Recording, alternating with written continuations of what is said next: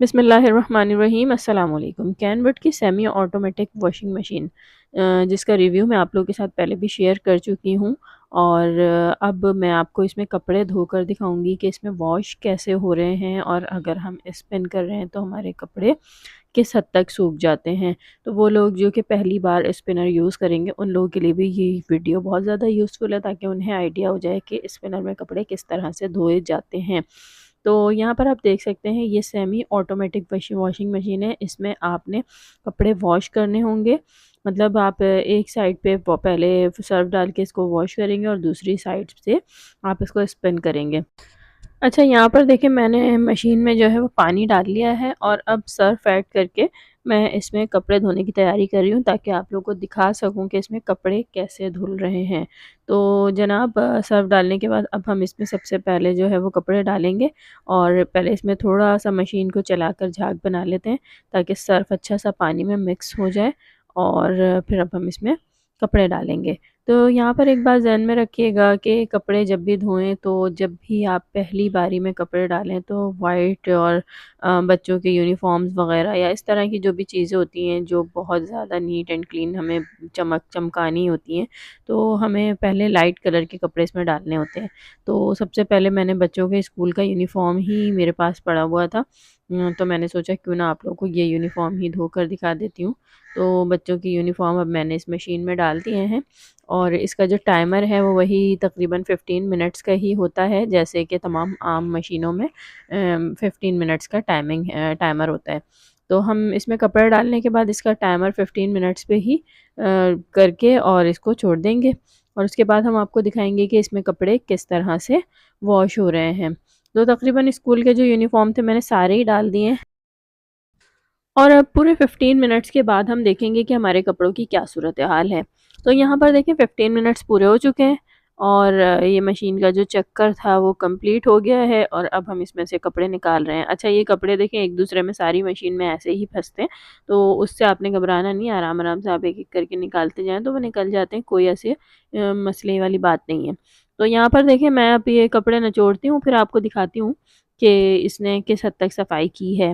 वैसे मुझे नज़र आ रहा है बिल्कुल अच्छे से हमारे कपड़े जो हैं वो बहुत अच्छे तरीके से साफ़ हो चुके हैं और आप लोग भी देख सकते हैं दुपट्टा कितना प्यारा सा चमक गया है स्कूल का ये यूनिफ़ॉर्म का।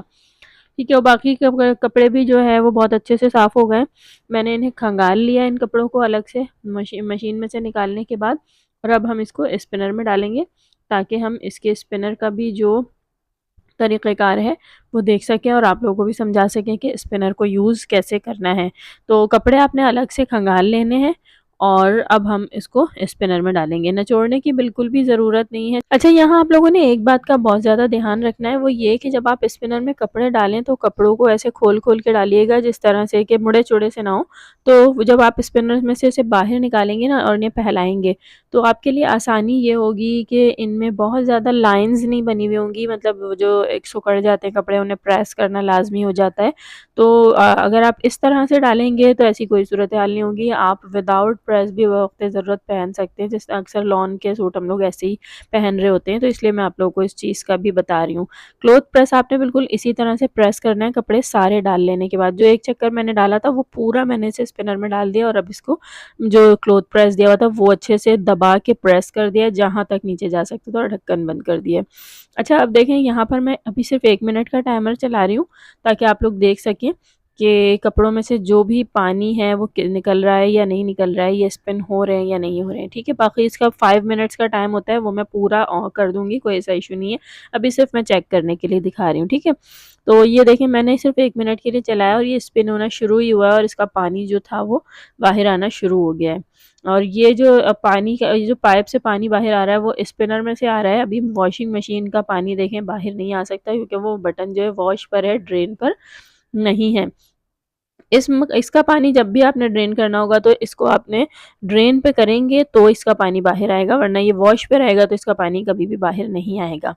ठीक है, तो यहाँ पर आप देखें मैंने 5 मिनट इसके पूरे कर दिए थे और अब ये हमारा जो टाइमर है वो कंप्लीट होने वाला है।